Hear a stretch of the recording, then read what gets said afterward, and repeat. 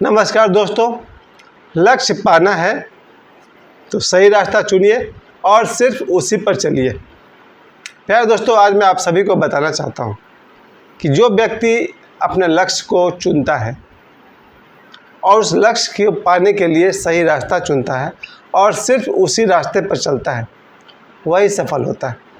और ये बात मैं इसलिए कह सकता हूँ क्योंकि एक गरीब आदमी ये तो जानता है कि गरीब कैसे हुआ जाता है, अमीर आदमी को ये पता होता है कि अमीर कैसे हुआ जाता है। उसी तरह से आज मैं अपने बल पे कहता हूँ, क्योंकि मेरे 50 वर्ष की उम्र में जो असफलता मैंने देखी है और मैं देख रहा हूँ, उसका सारा रहस्य आज मैं आप सभी को बताना चाहता हूँ। उसको जस्ट आप उल्टा कर दीजिए, आप अपने जीवन में सफल हो जाइएगा। कैसे मैं जीवन में असफल होते चला गया, क्या गलती करता रहा और आज तक करता हूँ जिसके वजह से मैं सफल नहीं हो पाया।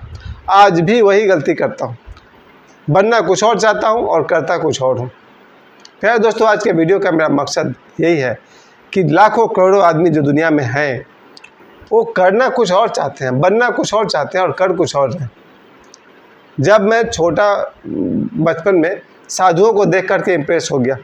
मेरे ख़ानदान में भी मेरे जो बाबा थे, पिताजी के दादाजी, वो साधु थे और उनके मठिया पर, उनके मंदिर में, छपड़ा की बात है, हर गुरुवार को 20-25 से ज़्यादा साधु आते थे और सत्संग चलता था। शायद मैं 5 वर्ष की उम्र के आसपास में साधुओं से इतना प्रभावित हो गया कि बचपन में मैं साधु बनना चाहता था। ओ पाउडर से, टेल्कम पाउडर से यहाँ पर त्रिपुंड बना करके और टीका लगा करके अपने आप को साधु बनाता था। चलो मान लिया, अगर साधु बनना मेरा लक्ष्य था, उसके बाद क्या हुआ?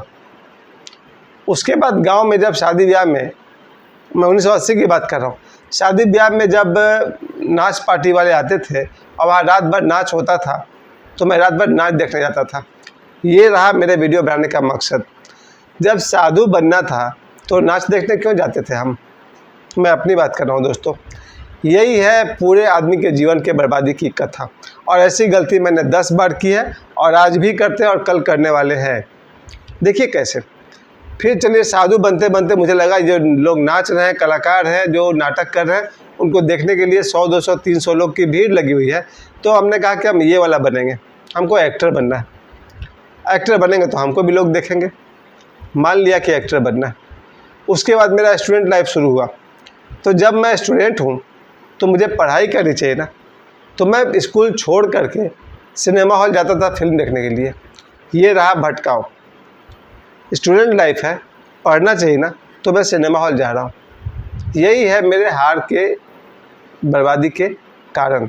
आगे अभी बहुत कुछ बताने वाला हूँ और मैं क्या क्या नाटक करता रहा ज़िंदगी भर। जाना कहीं और है और चल रहा हूँ किसी और रास्ते पर। यही तो मैं आप सबको कहना चाहता हूँ प्यारे दोस्तों, कि जब मैं स्टूडेंट था तो मुझे पढ़ना चाहिए ना।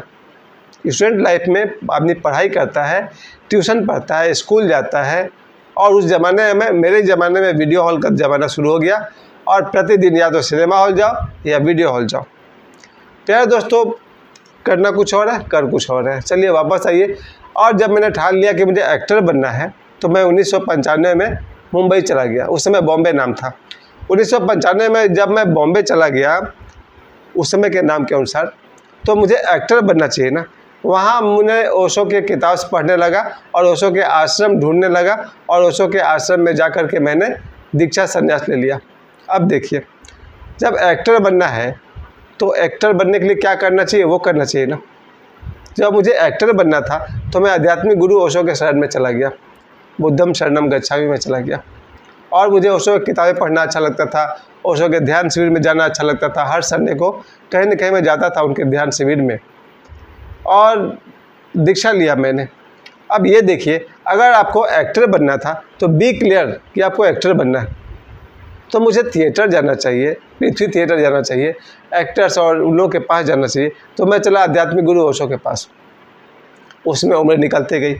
तो जब एक्टर बनना था तो मैं चला गया आध्यात्मिक गुरु के पास।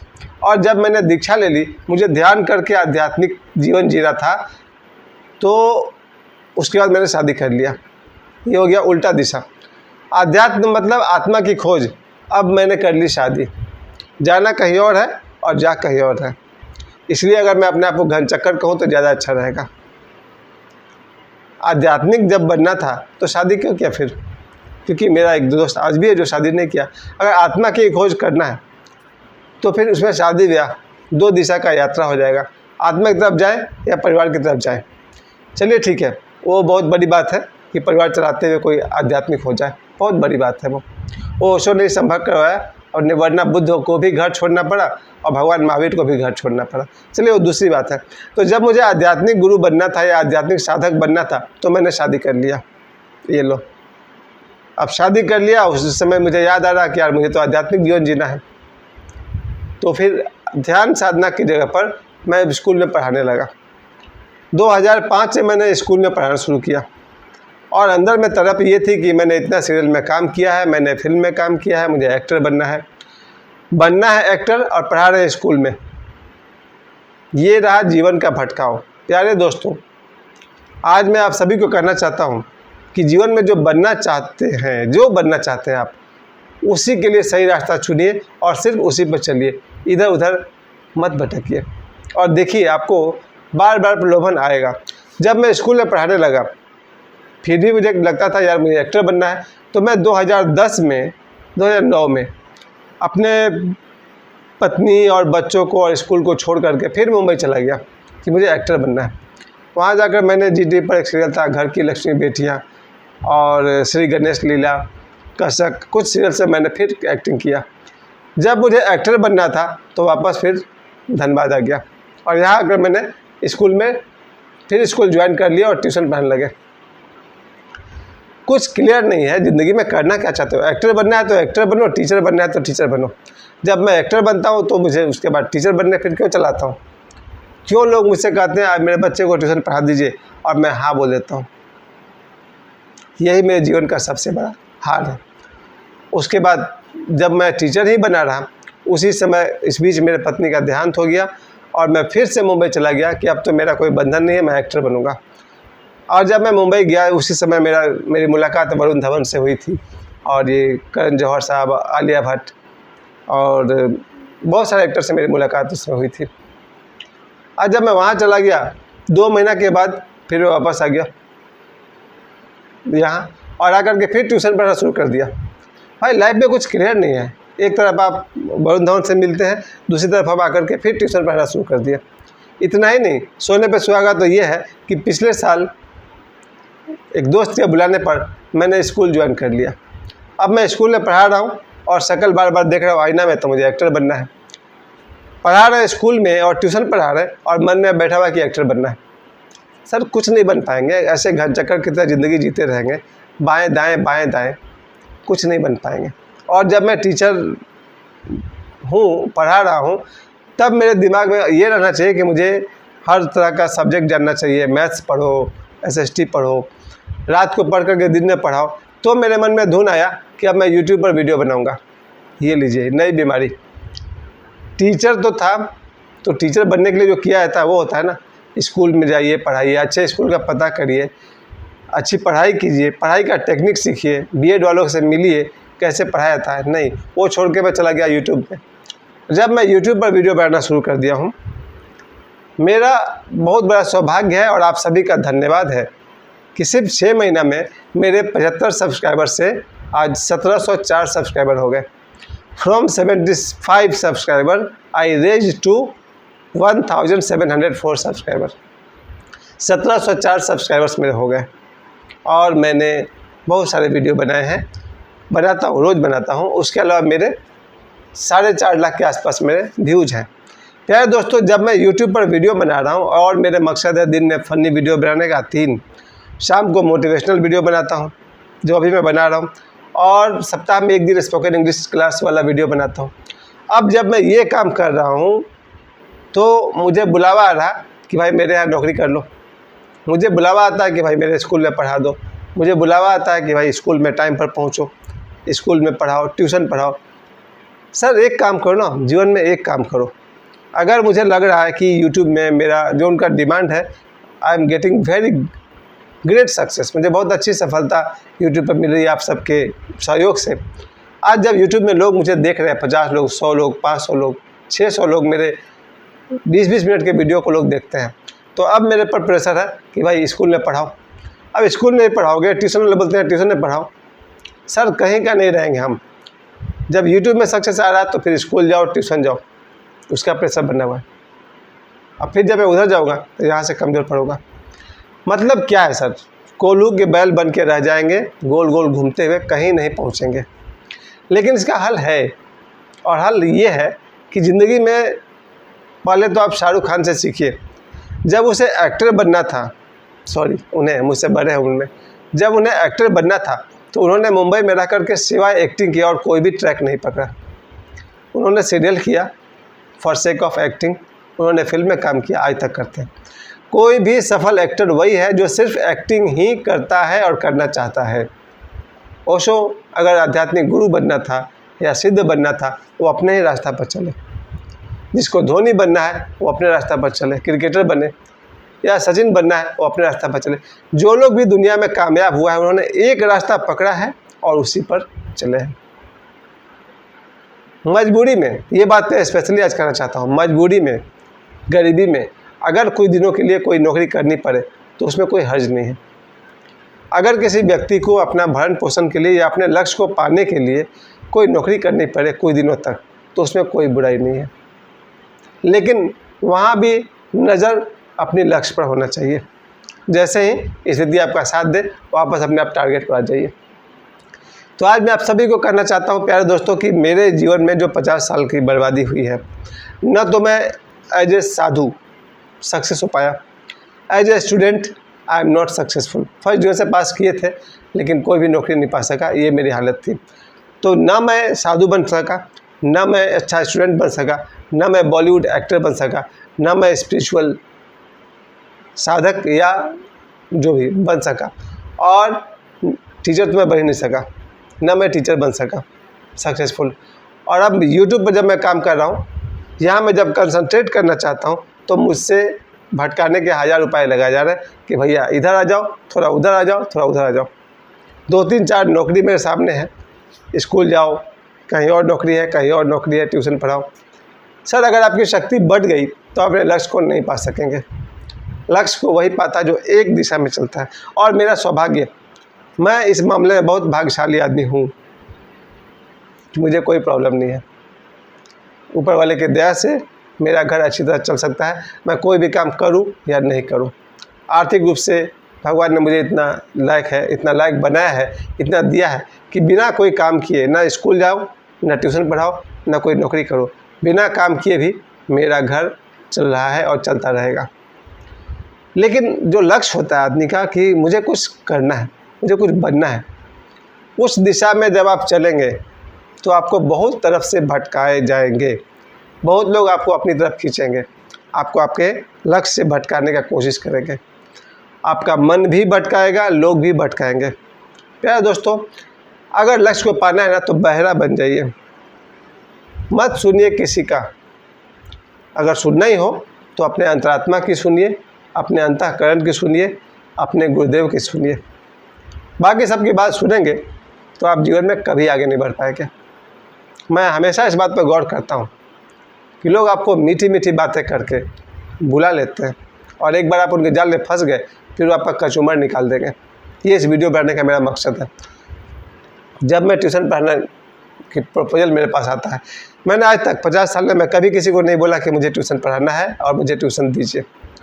आज तक मैंने 50 साल गुरु में कभी किसी से नहीं कहा कि मुझे ट्यूशन पढ़ाना है, मुझे ट्यूशन दीजिए। मुझे 50 बार लोगों ने पकड़ा है और कहा है कि सोच भाई मेरे बच्चा को पढ़ा दो, और मैं इतना कमज़ोर मेंटलिटी का आदमी हूँ कि बोल देता हूँ हाँ।